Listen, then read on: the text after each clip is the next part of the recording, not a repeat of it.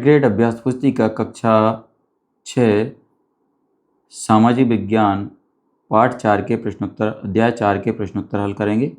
अध्याय का नाम है इतिहास की समय रेखा एवं उसके स्रोत। ये विषय ख अतीत के चित्रपट है। तो चलिए इसमें प्रश्नोत्तर की ओर बढ़ते हैं। यहाँ पर सबसे पहला दिया है प्रश्न, मानव समाज संस्कृतियों का अध्ययन कौन करते हैं? तो इसमें सही ऑप्शन होगा ऑप्शन ए मानव विज्ञानी। इसके बाद प्रश्न नंबर 2 पर आते हैं। पाठ्य पुस्तक के चित्र 4.3 में समय रेखा पर बिंदुकृत हिस्सा छोड़ा गया है, इसके पीछे क्या कारण हो सकता है? इसमें सही ऑप्शन है ऑप्शन ए समय रेखा की लंबाई को सीमित रखने के लिए। आगे बढ़ते हैं, प्रश्न नंबर 3 पर आते हैं। उपग्राम बड़े गांव में परिवर्तित हो गए जो मुख्यतः भोजन, वस्त्र एवं उपकरण आदि वस्तुओं का आदान प्रदान करने लगे। इन उपग्राम को कहा जाता है? सही ऑप्शन है ऑप्शन बी बल्ली। अगला है प्रश्न नंबर 4। आदि मानव द्वारा गुफाओं में रंगों द्वारा की गई चित्रकारी को क्या कहा जाता है? इसमें सही ऑप्शन है ऑप्शन सी शैल चित्र। अगला है प्रश्न नंबर 5। दुनिया के अधिकांश देशों में त्योहारों की तिथियों को गणना के लिए किस कैलेंडर का प्रयोग किया जाता है? इसमें सही ऑप्शन है ऑप्शन बी ग्रेगोरियन कैलेंडर। अगला है प्रश्न नंबर 6। आप अपने परिवार का इतिहास जानने के लिए किन साधनों का प्रयोग नहीं कर सकते? सही ऑप्शन है ऑप्शन डी रेडियो। अगला है प्रश्न नंबर 7। शताब्दी कितने समय के कालखंड को कहते हैं? सही ऑप्शन है ऑप्शन सी 100 वर्ष। प्रश्न 8 पर आते हैं। मध्य प्रदेश में कौन सा प्रसिद्ध स्थान है जहां पर विश्व के सर्वाधिक प्राचीन शैल चित्र पाए गए हैं? सही ऑप्शन है ऑप्शन बी भीमबेटका।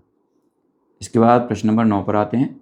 इतिहास जानने का कलात्मक स्रोत कौन सा नहीं है? सही ऑप्शन है ऑप्शन सी पट्टिका। इसके बाद प्रश्न नंबर 10 है। समय की गणना के लिए इनमें से कौन सी विधि उपयोग नहीं की जाती है? सही ऑप्शन है ऑप्शन बी पैमाना। चलिए बच्चों आगे दिया रिक्त स्थानों की पूर्ति कीजिए।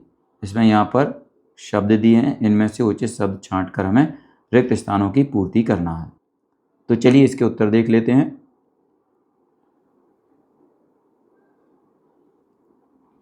यहाँ पर ये उत्तर दिया है।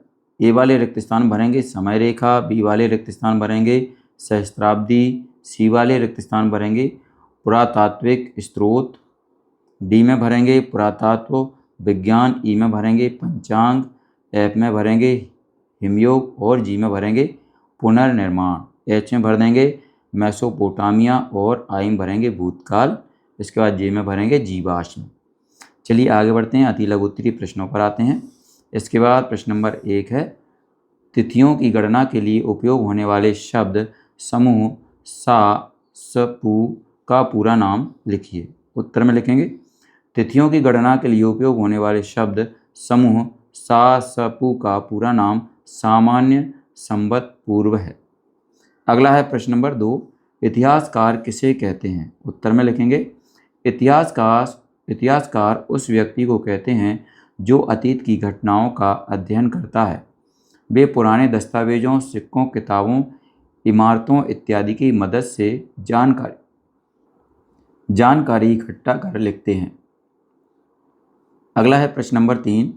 पुरातत्व विज्ञानी क्या कार्य करते हैं? उत्तर में लिखेंगे पुरातत्व विज्ञानी का मुख्य कार्य मानव पौधों एवं पशुओं द्वारा अपने पीछे छोड़े गए अवशेषों जैसे उपकरण, घड़े, मूर्तियों, खिलौने, हड्डियों, घरों एवं ईंटों के हिस्से एवं अन्य वस्तुओं का उत्खनन करके अतीत का अध्ययन करता है। अगला है प्रश्न नंबर 4। हिमयुग की समय अवधि बताइए। उत्तर में लिखेंगे हिमयुग वह समय था जब पृथ्वी का बहुत बड़ा हिस्सा बर्फ से ढका हुआ था। उस समय बहुत ठंड थी। हिमयुग लगभग 1 लाख वर्ष पूर्व से लेकर 12,000 वर्ष पूर्व तक रहा। अगला प्रश्न है प्रश्न नंबर 5। इतिहास की शताब्दी गणना के आधार पर बताइए कि वर्तमान में कौन सी शताब्दी चल रही है। उत्तर में लिखेंगे इतिहास की शताब्दी गणना के 1 से 100 तक 1 शताब्दी, 101 से 200 तक 2 शताब्दी, इसी तरह गिनती आगे बढ़ती जाती है। अब वर्तमान में वर्ष 2025 जो आता है 2001 से 2100 के बीच, इसलिए वर्तमान में 21वीं शताब्दी चल रही है। चलिए इसके बाद प्रश्न नंबर 6 पर आते हैं। मानव लगभग कितने वर्ष पूर्व से पृथ्वी पर रह रहा है? उत्तर में लिखेंगे मानव लगभग 3 लाख वर्ष पूर्व से पृथ्वी पर रह रहा है। अगला है प्रश्न नंबर 7। सिंधु सरस्वती सभ्यता का समय काल आज से कितने वर्ष पूर्व माना गया है? उत्तर में लिखेंगे सिंधु सरस्वती सभ्यता का समय काल आज से लगभग 2700 प्लस 2025 बराबर 4025 वर्ष पूर्व माना गया है। अगला है प्रश्न नंबर 8। अधिकांश प्राचीन सिक्कों में राजा रानियों के चित्र क्यों मिलते हैं? उत्तर में लिखेंगे अधिकांश प्राचीन सिक्कों में राजा रानी के चित्र इसलिए मिलते हैं क्योंकि इससे लोगों को शासक की पहचान होती थी और उनके शासन की ताकत और प्रसिद्धि दिखती थी। अगला है प्रश्न नंबर 9। भारतीय लोग तिथि पत्र महीना एवं दिनों के निर्धारण के लिए किस पर निर्भर रहते हैं? उत्तर में लिखेंगे भारतीय लोग तिथि पत्र महीना एवं दिनों के निर्धारण के लिए सूर्य एवं चंद्रमा की स्थिति पर निर्भर रहते हैं। यही हमारे पंचांग का आधार है। अगला है प्रश्न नंबर 10। समय रेखा से हमें क्या सहायता मिलती है? उत्तर लिखेंगे समय रेखा से हमें भिन्न भिन्न समय पर ऐतिहासिक घटनाओं के अनुक्रम को समझने में सहायता मिलती है। आगे लघुत्तरीय प्रश्न आ चुके हैं। इसमें प्रश्न नंबर 1 दिया है आदि मानव किस प्रकार रहते थे? उत्तर में लिखेंगे आदि मानव जंगलों में गुफाओं या पेड़ों के नीचे रहते थे। वे शिकार करते थे, कंद मूल खाते थे और छोटे छोटे समूहों में रहते थे। भोजन एवं आश्रम की निरंतर खोज करते रहते थे। वे पत्थरों के औजारों का उपयोग करते थे। आग का प्रयोग खाना बनाने और गर्मी पाने के लिए करते थे। अगला है प्रश्न नंबर 2। 20वीं शताब्दी सा के आरंभिक वर्ष व अंतिम वर्ष को अंकित कीजिए। उत्तर में लिखेंगे 20वीं शताब्दी का सामान्य संवत में आरंभिक वर्ष 1901 और अंतिम वर्ष 2000 था। यह शताब्दी विज्ञान, तकनीकी, शिक्षा और परिवहन के क्षेत्र में कई बड़े बदलावों और विकास की गवाह बनी। अगला है प्रश्न नंबर 3। इतिहास जानने के मौखिक स्रोत कौन कौन से हैं? उत्तर में लिखेंगे इतिहास जानने के मौखिक स्रोतों में लोकगीत, लोक कथाएँ, कहावतें, किस्से, कहानियाँ, बुजुर्गों की बातें और लोक नाटक शामिल हैं। ये स्रोत हमें पुराने समय की जानकारी मौखिक रूप से देते हैं। अगला है प्रश्न नंबर 4।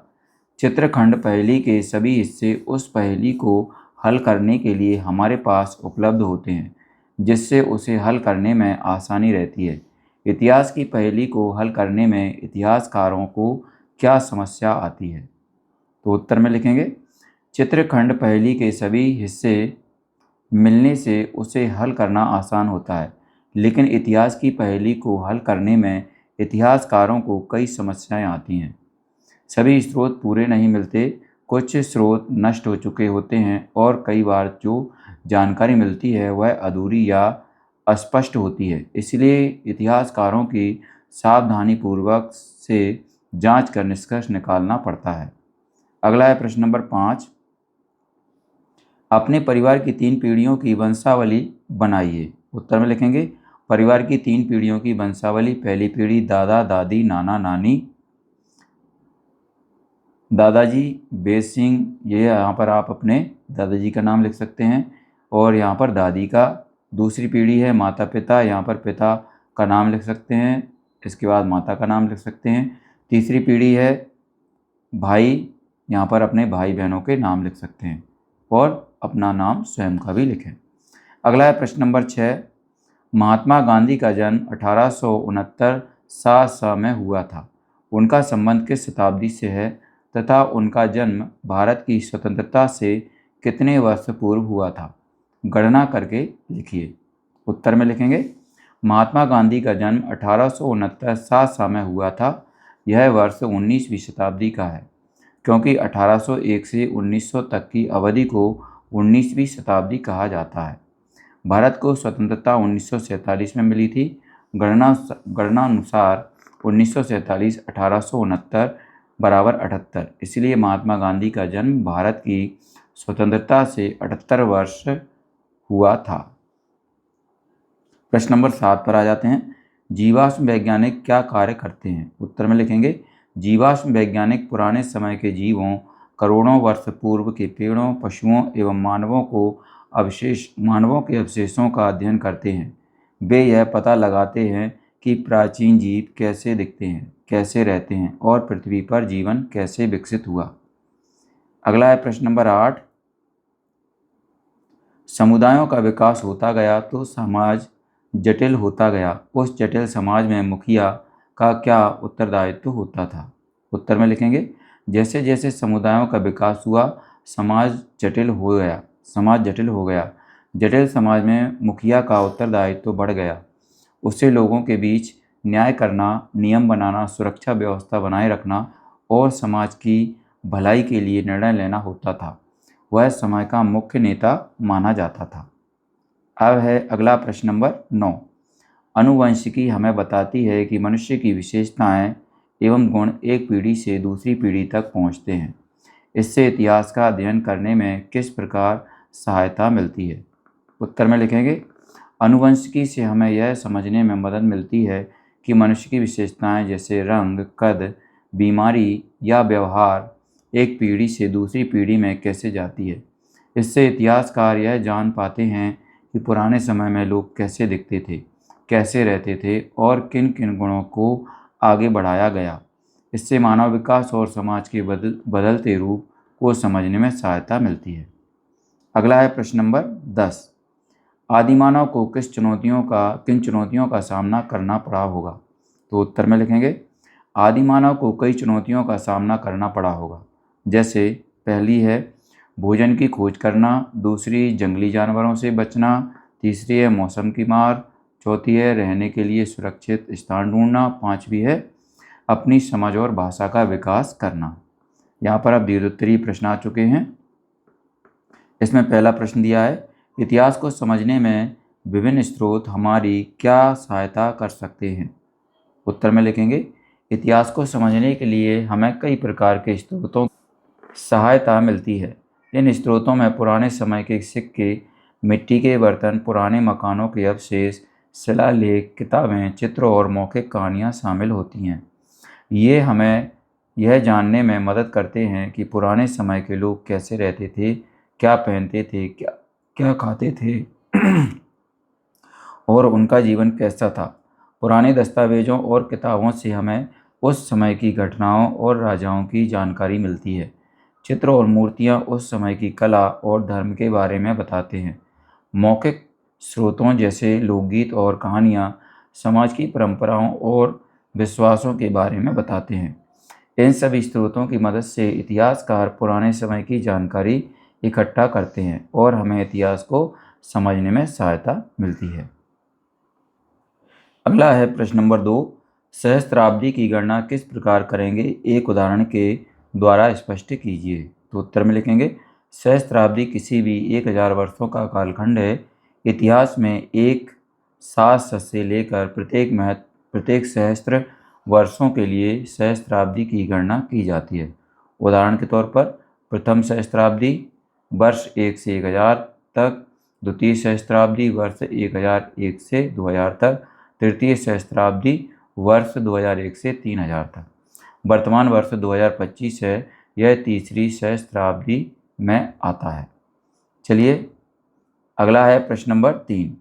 1967 से लेकर आज तक की एक समय रेखा बनाइए एवं इस पर अपनी जन्म तिथि अंकित कीजिए। उत्तर में हम यहाँ पर समय रेखा बनाएंगे। तो बच्चों इस तरीके से आप भी समय रेखा बना सकते हैं अपनी 8th ग्रेड अभ्यास पुस्तिका में।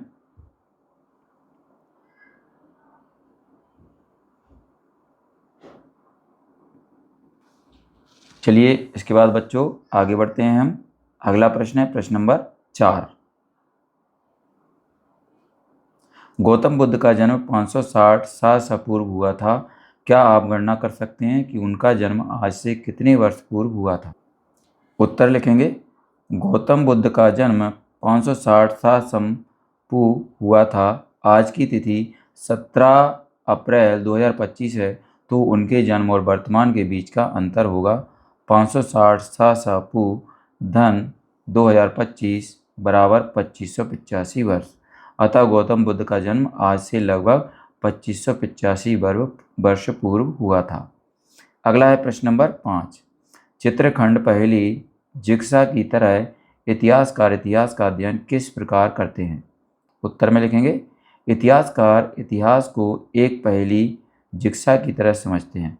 पहले वे विभिन्न स्रोत, सिक्के, मिट्टी के बर्तन, शिलालेख, पुरानी किताबें, चित्र और मौखिक कहानियाँ एकत्र करते हैं। फिर प्रत्येक स्रोत की तारीख, अवस्थित और विश्वसनीयता जांचते हैं। इसके बाद वे स्रोतों के बीच तुलना करके देखते हैं कि कौन सी जानकारी मेल खाती है और कौन सी अलग दिखती है। इस तरह छोटे छोटे सबूतों को जोड़ते हुए वे घटनाओं का सही क्रम तय करते हैं और समाज, संस्कृति व शासन के बारे में एक संपूर्ण चित्र बनाते हैं। अंत में वे निष्कर्ष निकालते समय इन सबूतों का हवाला देते हैं ताकि हमारा इतिहास ठोस और प्रमाणित रहे। तो बच्चों, यहाँ पर हमारा अध्याय 4 समाप्त होता है।